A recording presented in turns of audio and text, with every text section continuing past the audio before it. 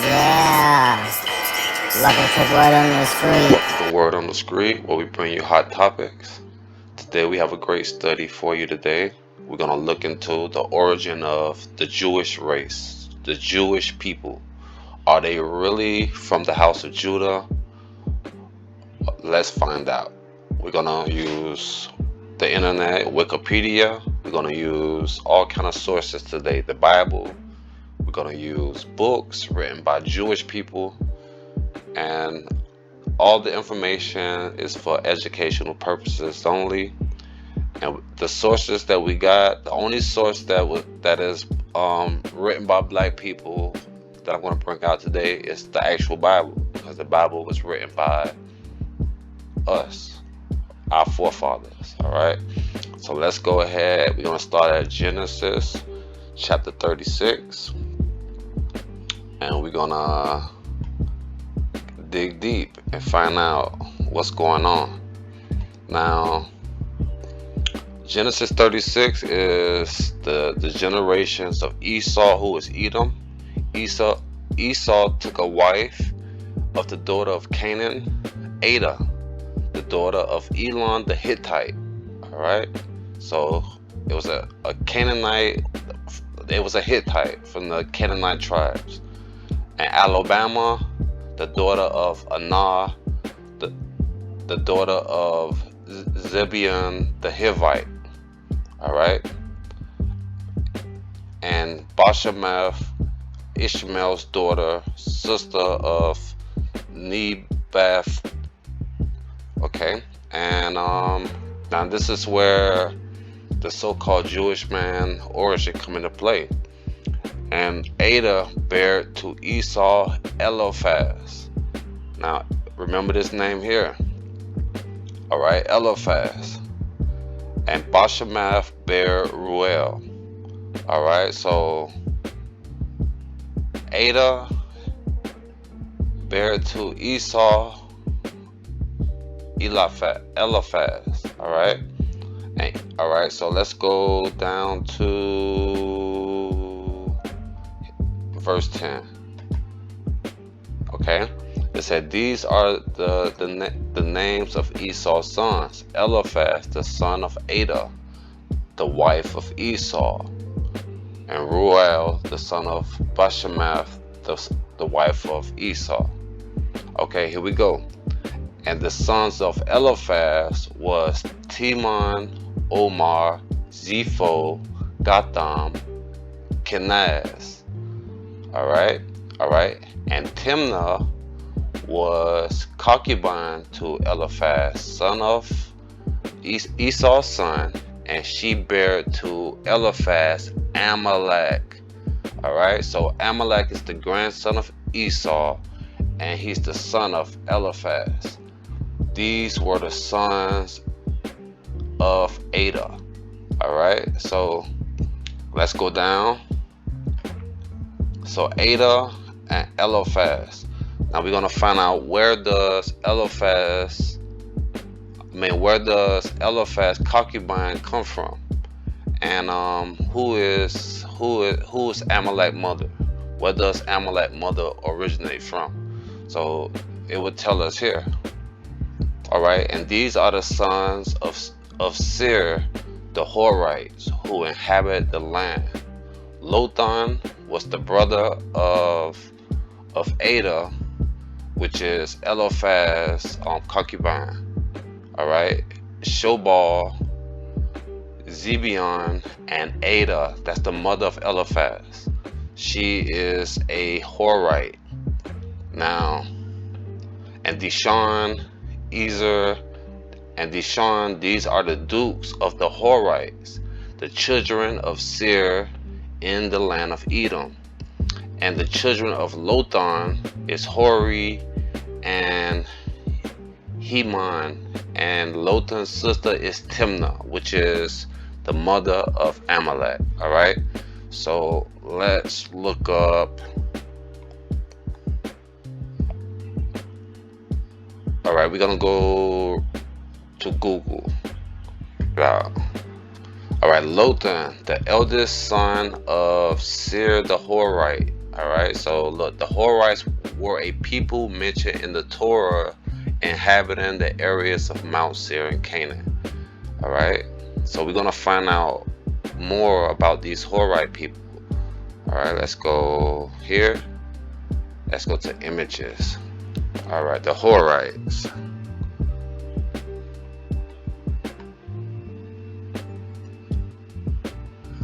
Alright, Seir, the Horites. Alright, so this is their inhabitants, the sons of the Horites, in Genesis 36, 20 to 30. Alright, so if you look at that, that looks just like the White House, or Rome, or Greek. Alright, so let's go to the book of Jasher. And the book of Jasher is called the baby book of Genesis. And we're gonna read through this. Alright, we're gonna start here at 26. Alright, and these are the names of the sons. Let me blow that up. Alright, 26. And these be the names of the sons of Seir, the Horites inhabited the land: Lotan, Shobal, Zibeon, Ani, Dishon, Ezra, and Dishon being 7 sons. And the children of Lotan were Hori, Herman, and their sister Timnah, which is the mother of Amalek. We're going to find that out. And Timnah, who came to Jacob and his sons. Now check this out. So we're going to find out that the reason the Jewish people have a problem with us is spiritual. Check this out. It says that is Timnah, who came to Jacob and his sons, and they would not give ear to her, and she went and became a concubine to Eliphaz, son of Esau. So she wanted to get with Jacob and his sons, and she bare him Amalek. So that's crazy, right? All right, so let's go back to we're gonna go. All right, let's look at this right here. King of Bulan.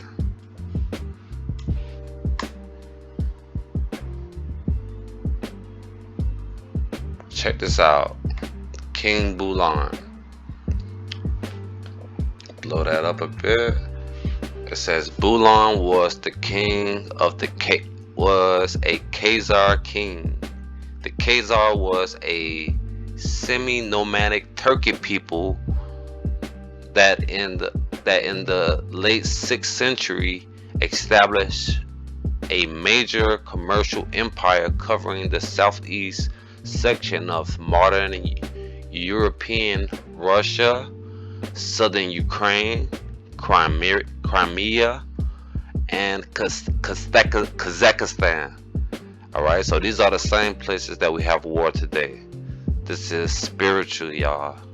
This is going to be a good study because you have to pay attention. Alright, so Bulan was the Khazar king who led the conversion of the Khazars to Judaism.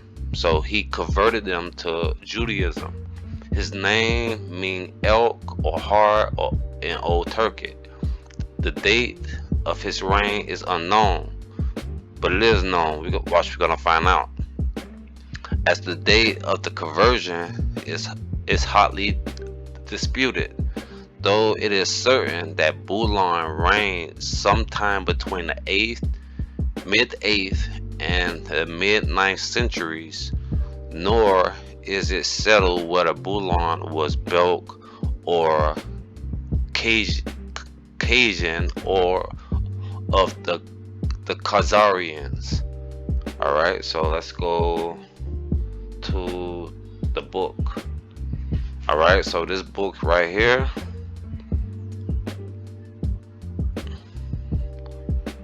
where is it? All right, right here. All right, this is the 13th tribe. All right, this book right here is a hot topic, and a lot of people gonna get in their feelings. But let's bring out the truth. All right, it says the circumstances of the conversions are obscured by legend, but the principal Arab and Hebrew accounts of it have some basic features in common. Al-Masudi's account of the Jewish rule of the Khazaria, quote, early on ends with a reference to the previous work of his, in which he gave a description of those circumstances. That previous work of Masudi is lost, but there exist two accounts which are based on the lost book. The first by Damaski, written in 1327, reiterates that at the time of Harun al-Rashid, the Byzantine Empire forced the Jews to immigrate. So we're talking about the real Jews. The Byzantine Empire forced the Jews to immigrate. These immigrants came to the Khazar country, where they found an intelligent but uneducated race to whom they offered their religion. So the Jews came there at fleeing, and they offered these people their religion to follow it. All right, the natives found it better than their own and accepted it. The second, much more detailed account is in a Al-Baruski book of the Kingdom of the Rose, 11th century. The reason for the conversion to Judaism of the king of the Khazars, who had previously been pagan, so they previously were pagans, is as follows. He had adopted Christianity, then he recognized the falsehood and discussed this matter, which greatly worried him, with one of his high officials. The latter said to him, O king, those in possession of the sacred scriptures fall into three groups. Summon them and ask them to state their case. Then follow the one who is in possession of the truth. So he sent to the Christians for a bishop. Now there was with the king a Jew skilled in argument. So it was a real Jew, all right, skilled in argument, who engaged him in disputation. All right, he asked the bishop, "Where do you say of what do you say of Moses and the son of Amram and the Torah which was revealed to him?" The bishop replied, "Moses is a prophet of the Torah, and the Torah speak the truth." Then the Jew said to the king, "He has already admitted the truth of my creed. Ask him now what he believes in." So the king asked him, and he replied, "And I say that Jesus is Messiah and Son of Mary. He is the Word. He has revealed the mystery in the name of God." Then said the Jew to the king of the Khazars, "He preached a doctrine which I know not, while he accept my propositions." All right, but the bishop was not strong in producing evidence. Then the king asked the Muslim, and they sent him a scholarly, clever man who was good at argument. But the Jew hired someone who poisoned him on the journey, and he died. and the Jews succeeded and won. See, that's what happened. That's what, we helped them convert. Oh my God! And the Jew succeeded in winning the king in his faith, so that he embraced Judaism. That was a bad idea, my brother. All right, so that's how they converted. But we're gonna continue reading. The Arab history certainly had a gift for sugaring the pill. Alright. Had the Muslim scholar been able to participate in the debate, he would have fallen into the same trap as the bishop, for both accept the truth of the Old Testament, whereas the upholders of the New Testament and the Quran were each outvoted 2-1, and the kings approve of these reasoning is symbolic. He is only willing to accept doctrine which are shared by all three, their common denominator, and refuse to commit himself to any of the rival claims which go beyond that. It is once more the principle of the uncommitted world applied to theology. The story also implies, as Bury has pointed out, that Jewish influence at the Khazar court must already have been strong before the formal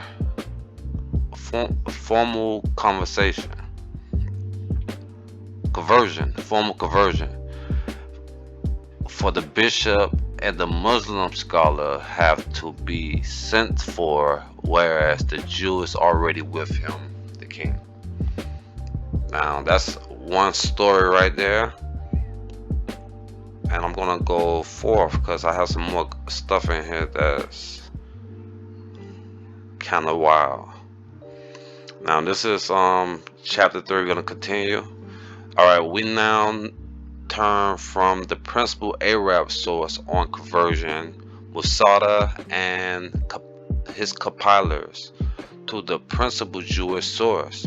This is the so-called Khazar correspondence, an exchange of letters in Hebrew between Hasadi and Shaprut, the Jewish chief minister of the Caliph of Cordoba, and Joseph King, check this out, of the Khazars. Alright, or rather between the respective scribes. The authenticity of the correspondence have been the subject of controversy, but is now generally accepted. These correspondence is accepted with due allowance made for vagaries of later copyists. Alright, the exchange of letters apparently took place after 954 and before 961, so that's the year. Alright, that is roughly at the time of Masadi wrote. Alright, to appreciate its significance, a word must be said about the personality of Hasadi, perhaps the most brilliant figure in the Golden Age between 900 and 1200. Alright, of the Jews in Spain. Alright, so this was a Jew that lived in Spain in 929. Okay, it says Al-Rahman III, a member of the Umayyad dynasty, succeeded in unified Moorish possessions in the southern and central part of the Iberian Peninsula under his rule, and founded the Western Caliph His capital, Cordoba, became a glory of Arab Spain, all right, and a focal center of European culture, with a library of 400,000 catalog volumes. Hassadi, born 910 in Cordoba into a distinguished Jewish family, first attracted the caliph's attention as a medical practitioner, with some remarkable cure of his credit. Adobe al-Rahman, please forgive me for pronunciations, appointed him his court physician and trusted his judgment so completely that Hasdai was called upon first to put the state finances in order. Check this out. Then to the foreign ministers and diplomatic troubleshooter. Look, in the new caliph complex dealing with the Byzantines, the German Empire, like the Ottoman Empire, with Castile, Spain, Navarre, Aragon, Portugal, and other Christian kingdoms in the northern Spain. Alright, so let's get down to this part right here.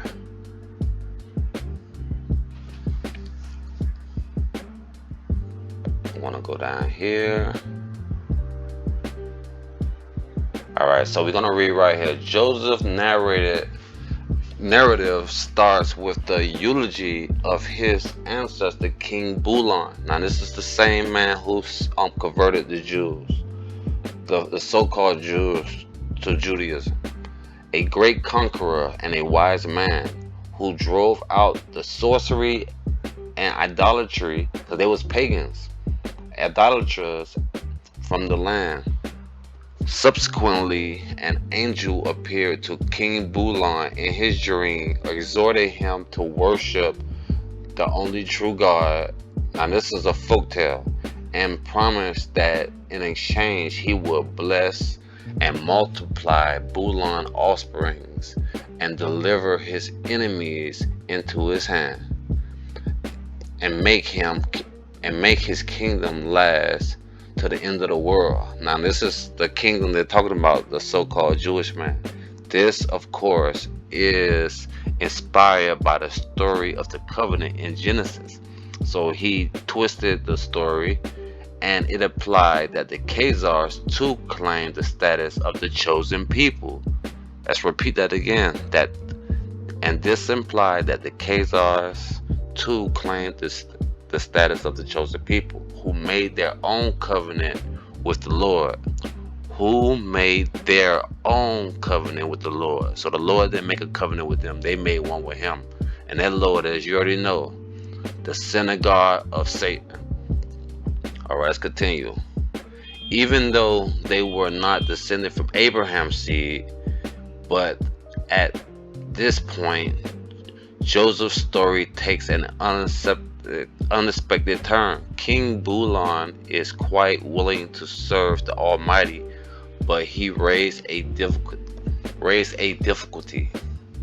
Thou knowest, my Lord, the secret thoughts of my heart, and though thou search my kidney to confirm that my trust is in thee, but the people over which I rule have a pagan mind, and I do not know whether they will believe. If I have found favor and mercy in thy eyes, then I beseech thee to appear also to their great prince, and make him support me, the Eternal One granted Bulan's request, and he appeared to this prince in a dream. And when he arose, now this is their story. Check this out. 1 second. And when he arose in the morning, he came to the king and made it known to him. There is nothing in Genesis nor in Arab accounts of the conversation about the great prince who consent has to be obtained. It is a unmakeable reference to the Khazar double kinship. The great prince apparently is the Belk. The great prince is the Belk, but it is not impossible that the king was the Belk and the prince the Kagan. Moreover, according to the Arab and Armenian sources, the leader of the Khazar army, which invaded Transcaucasia in 731, a few years before the presumed date of the conversion, was called Balkham. Wow. So I just wanted to bring that out, and check this out. We're gonna go look up this real quick.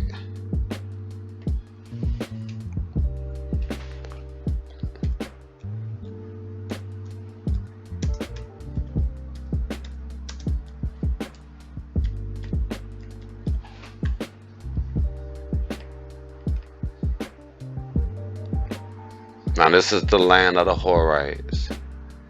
Now they was the cave dwellers, some crafty ones, man. That's where all these movies, The Hobbit and all that crap come from. This is where they live, man. Caves underground. Look, the last cave dwellers in central China. They are Mongoloids. They are Caucasians. But this is where they from. Now, I also got this book here. I'm going to show you some of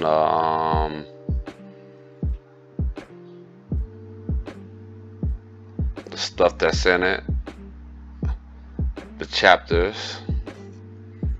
There's a lot of information out here, man. And it's going to be revealed. We not playing. This book is about Ukraine.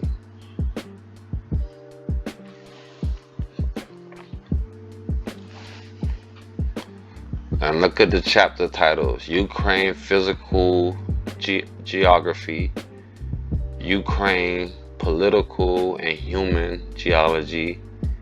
Now all this, the look, Khazars, chapter 17. So everything that's happening today, look, all of this stuff we see on the news about Kiev, and it all goes back to these people who's living in Israel, who say they are Jews but are not, but the synagogue of Satan. And these people living in Ukraine and Russia and China, and the so-called Edomites who run America and Europe. They are the people that's making war with the Most High. So if you like this study, leave a like, leave a comment, and thank you for watching Word on the Screen. Peace.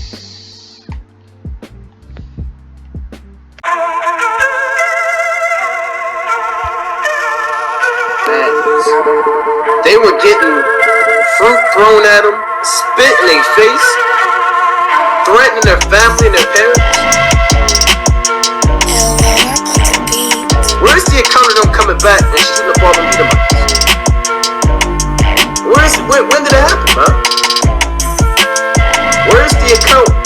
them going back, you know they had guns too, man. And look at this so-called white woman, man. Where is the account of them going back, shooting up a building? Boy, man, that had to be hell. I could just imagine that had to be hell on earth. I would have lost my mind. You know? So we're two different types of people, man.